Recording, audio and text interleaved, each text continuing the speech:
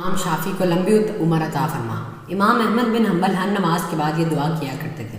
ان کی بیٹی یہ دیکھ کر حیران ہوتی تھی کہ میرے والد اتنے عبادت گزار، راتوں کو عبادت کرنے والے اور دن میں علم حدیث کے جد و جہد کرنے والے انسان ہیں، اتنے عبادت گزار ہیں، پھر وہ ایک انسان کے لیے دعا کر رہے ہیں، تو یہ امام شافعی کس حد درجے کے عبادت گزار ہوں گے۔ بیٹی کو ان سے ملنے کا بہت اشتیاق تھا۔ ایک دن امام احمد بن حنبل کو ایک خط وصول ہوا جو امام شافعی کی طرف سے تھا۔ اس میں انہوں نے لکھا تھا کہ میں بغداد آ رہا ہوں کیونکہ بغداد میں ایک محدث کے پاس ایک حدیث ہے، میں ان سے وہ حدیث براہ راست سننا چاہتا ہوں، اور میں آ کر احمد آپ کے گھر رکوں گا۔ 1 مہینہ گزر گیا، خط وصول ہوئے۔ امام احمد بن حنبل اور ان کی بیٹی بہت بےتاب تھے ان سے ملنے کے لیے۔ جب وہ پہنچے تو امام احمد بن حنبل نے اپنی بیٹی کو کہا کہ ان کی میزبانی کی ذمہ داری تمہاری ہے۔ بیٹی بہت خوش ہوئی کیونکہ وہ خود بھی چاہتے تھے کہ ان کی میزبانی وہ خود کریں۔ شام کو کھانے کا وقت ہوا تو بیٹی نے اس بات کا دھیان رکھا کہ والد بھی کم کھاتے ہیں اور میں نے سنا ہے کہ اللہ والے کم کھانا کھاتے ہیں، تو دیکھتی ہوں یہ کتنا کھانا کھاتے ہیں۔ لیکن امام شافعی نے تو ڈٹ کر کھانا کھایا اور عشاء کا وقت ہوا اور نماز کے لیے روانہ ہو گئے۔ عشاء پڑھ کے آتے ہی بستر پر دراز ہو گئے اور چادر اوڑھ کر سو گئے۔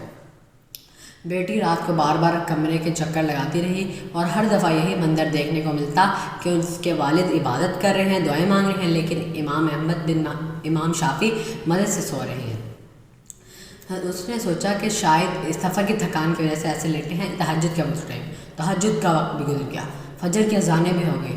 فجر کی نماز کا وقت ہوا تو امام احمد بن حنبل نے آواز دی، شیخ صاحب اٹھیے، نماز کا وقت ہو گیا ہے۔ تو امام شافعی نے اپنی چادر اتار کر پھینکی اور اللہ اکبر کہتے ہوئے مسجد کی طرف نکل گئے اور وضو بھی نہیں کیا۔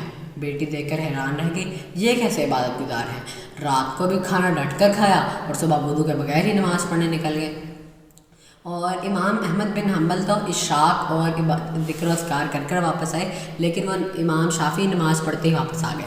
ناشتے میں امام احمد بن حنبل نے امام شافعی سے سوال کیا، شیخ صاحب کوئی مسئلہ تو پیش نہیں آیا رات کو؟ امام شافعی نے جواب دیا، مسئلہ تو کوئی پیش نہیں آیا، لیکن میں ساری رات سو نہ پایا، مجھے ایک لمحے کے لیے نیند بھی نہ آئی۔ تو امام احمد بن حنبل کی سوالیہ نظر ان پر ٹک گئی۔ انہوں نے کہا کہ آپ نے سورۃ بقرہ کی رات کو نماز میں یہ آیت تلاوت کی تھی، بسم اللہ الرحمن الرحیم، وَإِن كَانَ ذُو عُسْرَةٍ فَنَظَرَةٌ إِلَىٰ مَيْسَرَةٍ وَأَن تَصَدَّقُوا خَيْرٌ لَكُمْ إِن كُنتُمْ تَعْلَمُونَ۔ اگر مقروض تنگ دست ہو تو اسے مہلت دو، اگر تم صدقہ کر دو تو یہ بہتر ہے اگر تم جانتے ہو۔ تو میں نے سوچا کہ اس سے اسلام کا قانون افلاس اخذ ہوتا ہے، تو میں ایسے سوچتا گیا، مسئلے سے مسئلہ نکلتا گیا۔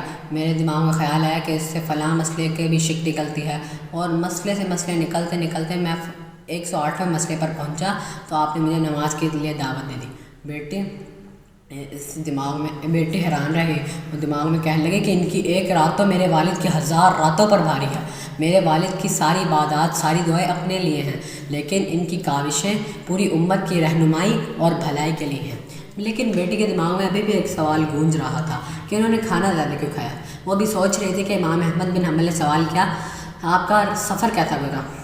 تو امام شافعی نے جواب دیا، جب میں قاہرہ سے نکلا تو میرے پاس جو پیسوں کی تھیلی تھی وہ راستے میں گم گئی۔ میرے پاس 2 صورتیں تھیں، یا میں واپس جاؤں اور پیسے اکٹھے کر کے دوبارہ آؤں، یا پھر میں آگے اللہ کا نام لے کر نکل جاؤں، کیونکہ جن بزرگ کے پاس حدیث ہے وہ بہت بوڑھے ہو چکے ہیں، ان کا چراغ کبھی بھی گل ہو سکتا ہے۔ تو میں نے دوسرے صورت کو ترجیح دی اور اللہ کا نام لے کر نکل گیا۔ راستے میں میرے ساتھیوں نے میری بہت عزت کی، میرا بہت خیال رکھا، لیکن مجھے ان کے مال کے حلال ہونے پر شک ہوا، تو اسی لیے میں نے ان سے اتنا کھانا کھایا تاکہ میں زندہ رہ سکوں، کیونکہ شریعت بھی اس بارے میں ہمیں یہی حکم دیتی ہے کہ اگر آپ کو کسی کے مال کا شرح صدر حاصل نہ ہو تو آپ صرف اتنا کھانا کھائیے کہ آپ زندہ رہ سکیں۔ تو وہ صرف 3-4 دن میں تھوڑا سا کھانا کھاتے۔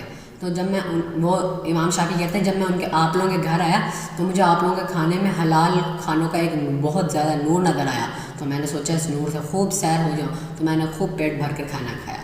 بیٹی کے نظر میں ان کی عزت اور منزلت اور بڑھ گئی۔